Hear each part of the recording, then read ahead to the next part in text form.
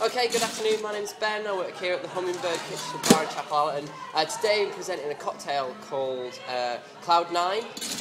So if you sit on Cloud 9, in my eyes you're going to be drinking champagne, so this is going to be a champagne cocktail. And as it's Christmas, we're going to have some Christmassy flavours, Christmassy elements tussed in there. We're going to start, first thing we're going to do is chill our glass, because we want our cocktail to be as cold as possible. So we just fill that up with soda, leave that to one side, and we'll start with the cocktail. We're going to start with a bourbon. This is Maker's Mark bourbon from Kentucky. It's a great sort of mid-range bourbon, lots of flavours of, it's got sweet bourbon taste. I always think it tastes like sort of old leather.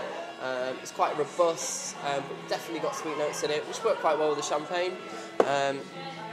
The second flavour, we're going to use some Amaretto. This is outside of Amaretto, but any Amaretto will be fine. So this is an almond liqueur, which is a great flavour for Christmas. Nuts and dried fruit, that kind of thing, so it conjures up those kind of images. We're going to use the sour in our cocktail. This cocktail needs a sour. Today we're using lemon juice. We're going to use just under half a shot of that. It's about 10 to 12 millilitres. Our sweet element today is Orgeat, which is a syrup. It's an almond syrup. This is really, really sweet, so we need to be careful how much we use. We're going to use about 10 ml of that. That's going to work really well with the champagne, which is brut. Champagne and brut means dry, so it's going to balance out really nicely with that. Bring a sweetness to the cocktail. We're going to use some bitters in this cocktail. These are Angostura bitters, so they've got loads of flavour of star anise, cinnamon, herbs and spices in there. They're really good for bringing a new element to the cocktails. We're going to be really careful with this today and just use one drop, because we don't want to overpower the flavour of the champagne too much. We don't add too much herbiness to it, because although champagne can be quite rich, it's also quite delicate.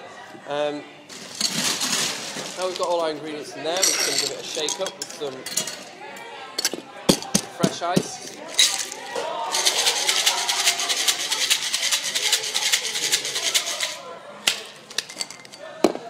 So it's nice and cold. Empty out the champagne flute. Just give it a shake out so there's not any excess water in there. And then double strain. So this way we're sieving out all of the excess ice. When you shake ice it gets chipped slightly. We don't want those ice shards in our drink. Next we're just going to shape the garnish. I've got a piece of orange peel here. Just taking it off the orange, and we're just going to take the white bit off the back there. That can be quite bitter, and also it helps the oils come out of the skin. And just trim it down so it looks nice and neat. Take the ends off there. Before I drop that in, we're just going to top it up with our champagne. We're using Mum champagne today. All champagne is from the Champagne region in France. It's very well controlled by the French government, and it's a fantastic premium product. So I'm just going to start topping this up now, gently. Do be careful because it can fizz up quite a lot.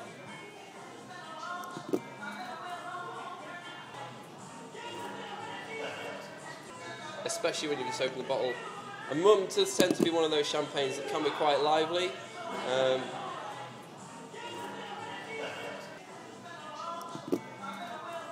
This is our house champagne here at the Hummingbird.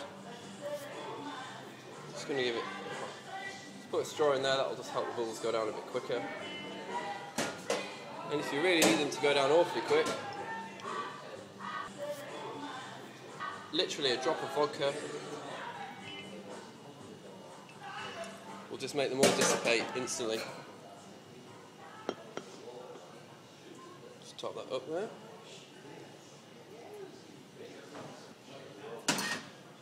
Just have a little taste now, just make sure that's all balanced.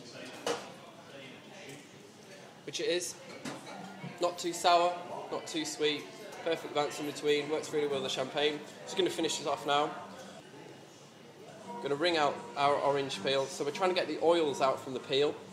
They'll just be going over the top there. You won't be able to see it, but they'll definitely be coming out.